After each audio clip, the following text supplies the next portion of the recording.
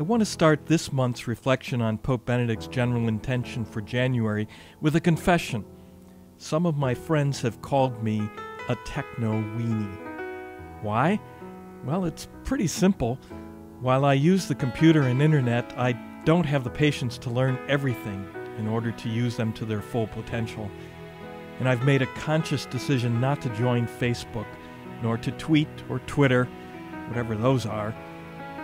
Yet I know the new technologies for meeting people and fostering friendships are very popular with young people.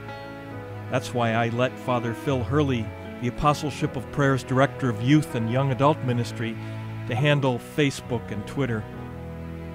And that's why Pope Benedict has given us the following general prayer intention for this month: that young people may learn to use social communication media for their personal growth and in preparation to serve society. In fact, this intention is so important to Pope Benedict that he made it the focus of his annual message for the World Day of Communications last May. Here's how he began that message.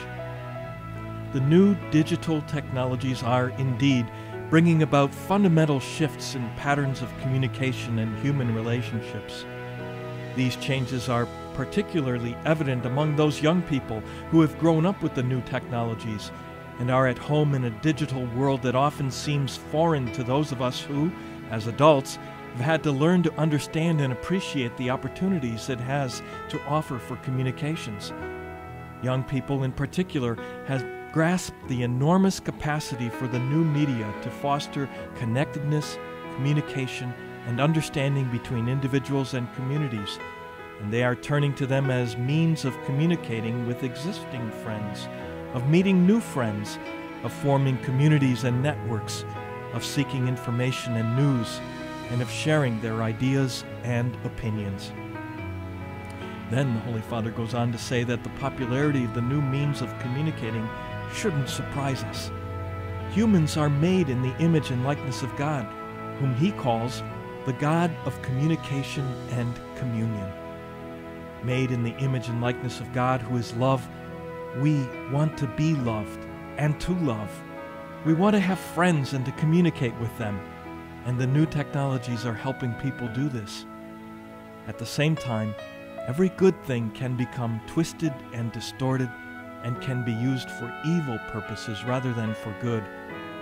Recognizing this, Pope Benedict goes on in his message to say, I would encourage all people of goodwill who are active in the emerging environment of digital communication to commit themselves to promoting a culture of respect, dialogue, and friendship.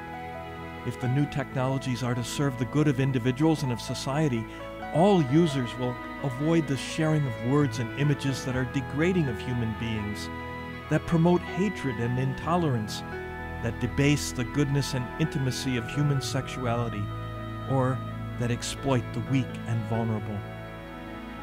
And Pope Benedict also warned that social networking through the internet can often isolate people and become a substitute for real friendship.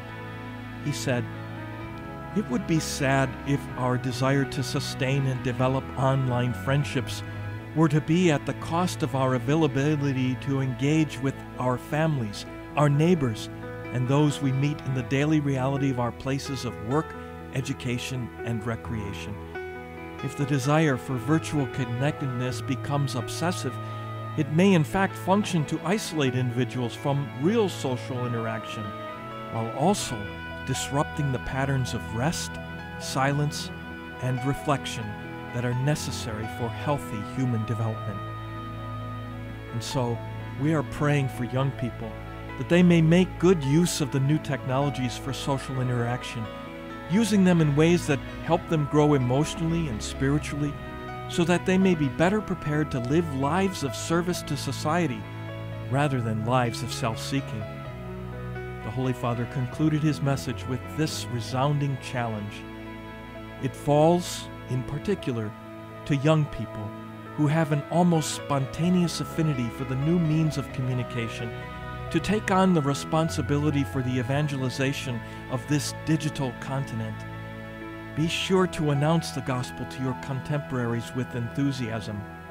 You know their fears and their hopes. their aspirations and their disappointments. The greatest gift you can give to them is to share with them the good news of a God who became man, who suffered, died, and rose again to save all people.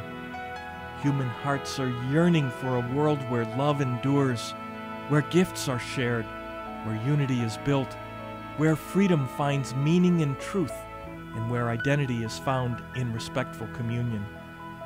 Our faith can respond to these expectations. May you become its heralds.